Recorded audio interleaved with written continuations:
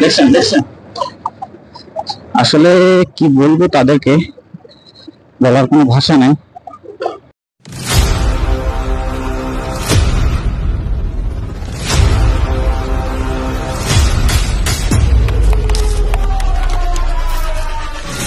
এই রাস্তাটা যতদিন না কাজ করে কমপ্লিট হবে ততদিন আসলে এই দুর্গতি খারাপ একটা পরিস্থিতি। গাড়ির কন্ডিশন তো খারাপ হয়, যে ড্রাইভ করে তার কন্ডিশন আরো বেশি খারাপ হয়। বা এই গর্তগুলা গাড়ির ক্ষেত্রে অনেক বেশি ক্ষতি করে।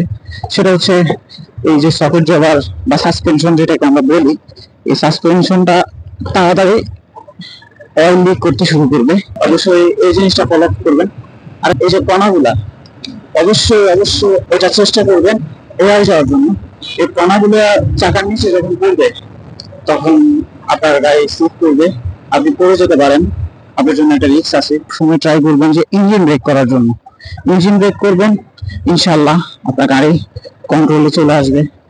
এই বাসটা আমাকে ধরে ফেলছে, দেখছেন দেখছেন আসলে কি বলবো তাদেরকে, বলার কোনো ভাষা নেই। তারা বাইকারদেরকে মনে হয় কিছু মনেই করে না। এইটা হচ্ছে রিস্ক জোন। এগুলো তো অবশ্যই চেষ্টা করবেন সাবধানে চালানোর জন্য গাড়ি। কারণ সামনে থেকে গাড়ি আসবে, পেছনে গাড়ি থাকবে, আপনার কোনো রকম স্টার্ট অফ হওয়া যাবে না, কোনো রকম রিস্ক নেওয়ার দরকার নেই। আঁকা বাঁকা কত রাস্তা, এই রাস্তাগুলো আসলে খুবই রিস্ক। নিজের সাবধানতা অবলম্বন করবেন অবশ্যই। কারণ আপনি ঘুরতে যাচ্ছেন বা কোনো কাজে যাচ্ছেন বা যেই কারণে রাইড করেন না কেন, যেই কারণে যান না কেন, একটা জিনিস মাথায় রাখবেন, আপনার ফ্যামিলিতে আপনার মা আছে, বাবা আছে, ভাই আছে, বোন আছে, বাচ্চা কাচ্চা আছে, প্রত্যেকটা মানুষের কথা ভাববেন, একটাবার থিঙ্ক করবেন, করলে বুঝতে পারবেন যে আসলে আমার কিভাবে রাইড করা উচিত।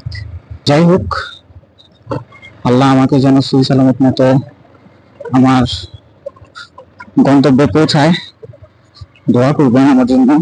আর আমার partner, this is my partner, এই পার্টনারটা যেন অলওয়েজ সুস্থ থাকে। এক্সট্রিমলি সরি, আমি মনে হয় আর ভিডিওটা এখন আর কন্টিনিউ করতে পারবো না।